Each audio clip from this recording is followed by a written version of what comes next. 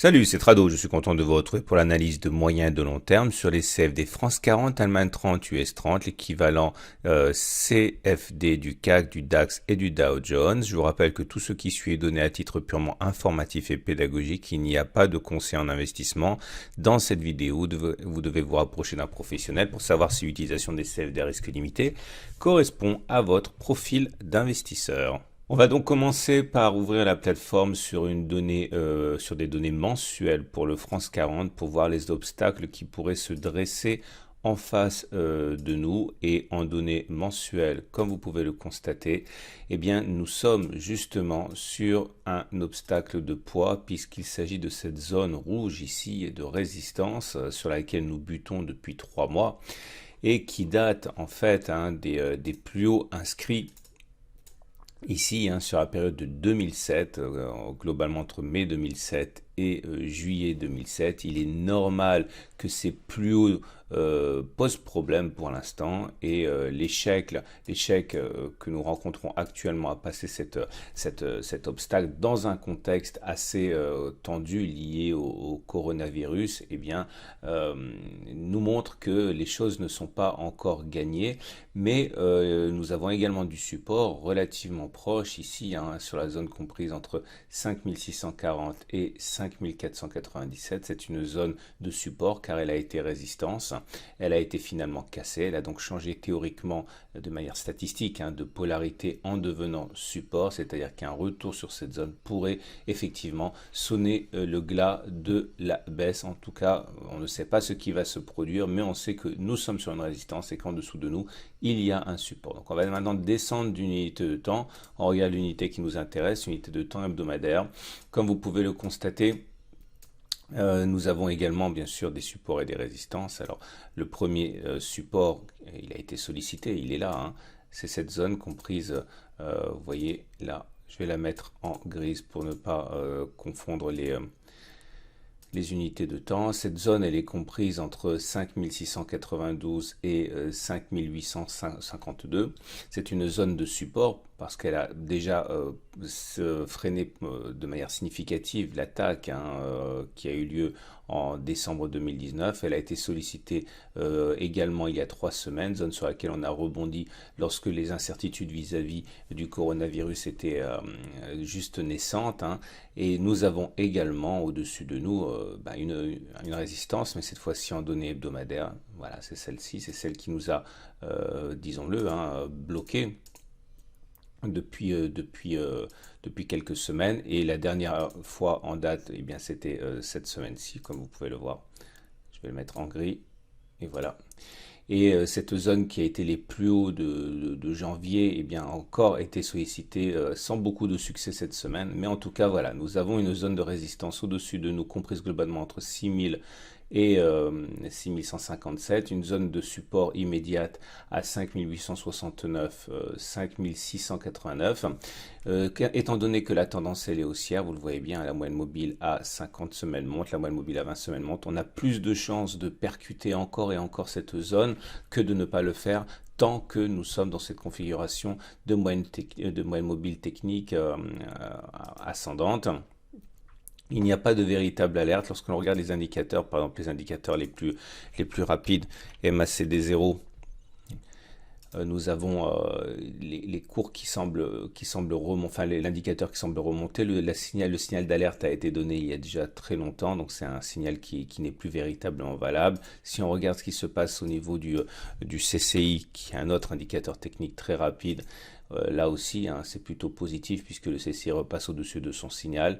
Et si on jette un dernier œil aux indicateurs techniques plutôt lents, comme le MACD, eh bien vous pouvez voir que le signal a été donné il y a déjà 4 semaines, il a produit son effet et là pour l'instant on semble assister à une reprise de l'indicateur vers le nord, donc à moins qu'on ait un non-croisement baissier, c'est-à-dire que le MACD continue à monter mais avant de croiser son signal repart vers le bas, qui serait un très mauvais signal, un signal très dangereux. Pour l'instant on est en période de rémission, donc on retiendra de tout ça que pour l'instant la tendance elle est toujours haussière puisque nous sommes au-dessus des moyennes mobiles. Néanmoins, tout peut s'arrêter sur cette zone de résistance parce qu'elle a été dessinée sur une unité de temps supérieure.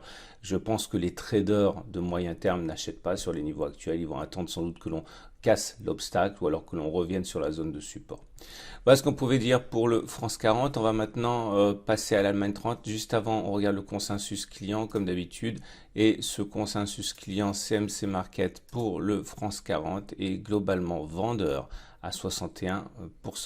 On passe donc à l'Allemagne 30. L'Allemagne 30, l'équivalent CFD du DAX 30. On regarde les unités de temps mensuelles comme d'habitude pour avoir une idée de ce qui pourrait se produire et qui bloquerait les cours sur l'unité de temps inférieure. Donc regardez les données mensuelles, il se passe quelque chose de très intéressant puisque nous sommes en train, mais ce n'est pas fait encore, de clôturer au-dessus d'une résistance fondamentale. Ici c'est une zone qui nous a bloqué en 2017 un nombre conséquent de fois, 5 fois ici, 2 fois là.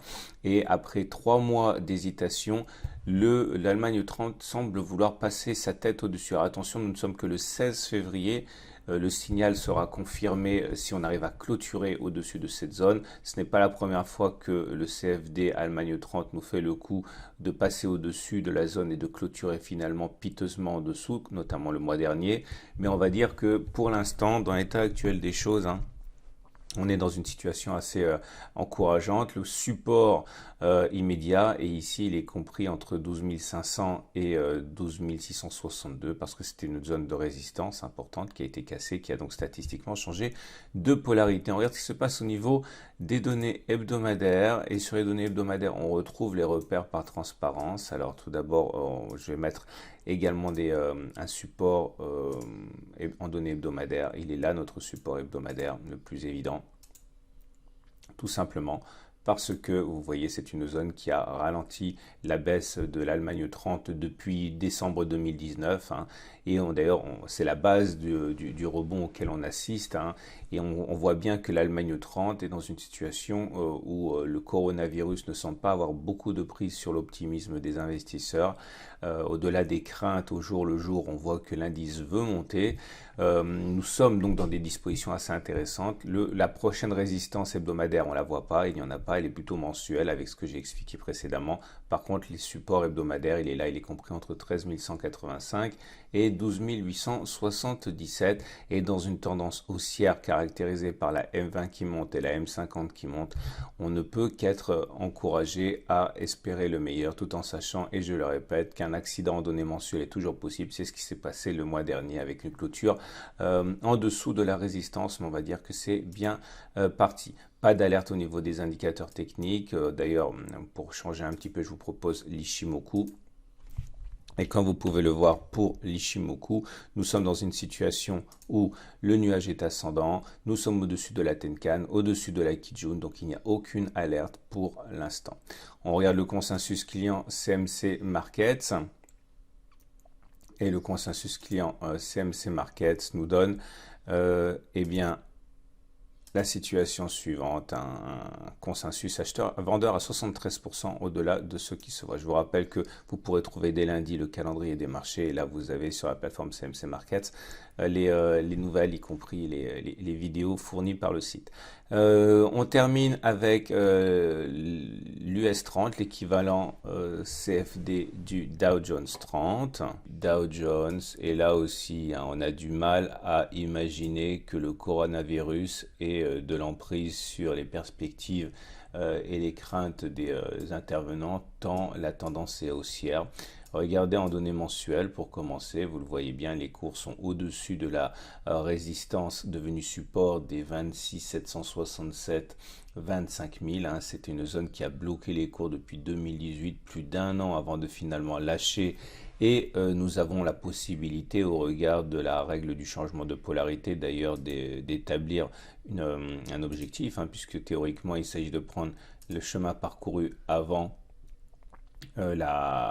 l'obstacle, c'est-à-dire cette distance-là, que l'on reporterait par-dessus de cette manière, qui nous donnera un objectif à 32 000. Ça ne veut absolument pas dire que l'on y va, ça veut simplement dire que statistiquement, c'est ce que l'on fait pour trouver des objectifs lorsqu'on n'a pas de résistance au-dessus de nous. Encore une fois, sans qu'il ne s'agisse nullement d'une garantie d'y aller, mais en tout cas, il y a du potentiel à la hausse au regard de cette stratégie. En données hebdomadaires, il n'y a pas non plus d'éléments inquiétants à mettre en perspective ici. Il y a une résistance ici qui est évidente. C'est la résistance qui était responsable. Je vais la mettre en gris également. C'était la résistance qui était responsable de la baisse à laquelle on a assisté 2 semaines de suite ici, comprise entre 29 290 et 29 438. Elle n'a pas été franchie, mais cela fait 2 semaines qu'il y a des velléités de cassure de cette résistance. Le prochain support, eh bien justement, c'est celui qui est né de l'attaque baissière. Il est compris entre 28 133 et 28 264. Je pense que les investisseurs de moyen terme attendent que l'on clôture au-dessus de la zone de résistance pour rentrer, ou alors que l'on revienne sur la zone de support ici que j'ai mentionné à 28 130, 28 260, c'est-à-dire une fois que l'on sera revenu sur une base de support. Donc pour l'instant, avec une tendance qui est haussière au regard de la M20 qui monte et de la M50 qui monte, on ne voit pas autre chose que des percussions répétées sur cette zone de résistance avant que celle-ci éventuellement ne cède. Le diagnostic sera différent si les cours reviennent en dessous de la M20 et de la M50. On regarde pour terminer le consensus client CMC Markets pour l'US 30 et nous avons un consensus client qui est globalement vendeur là aussi à 68%. Donc le consensus est vendeur pour les 3 indices malgré la forme évidente à laquelle on ne peut que souscrire lorsque l'on voit l'évolution des cours. Voilà, c'est une excellente semaine. Je vous donne rendez-vous à la fin de cette vidéo pour la préparation de la semaine de trading pour les 5 grands marchés qui nous intéressent, notamment les indices. Voilà, à tout à l'heure pour une autre analyse technique.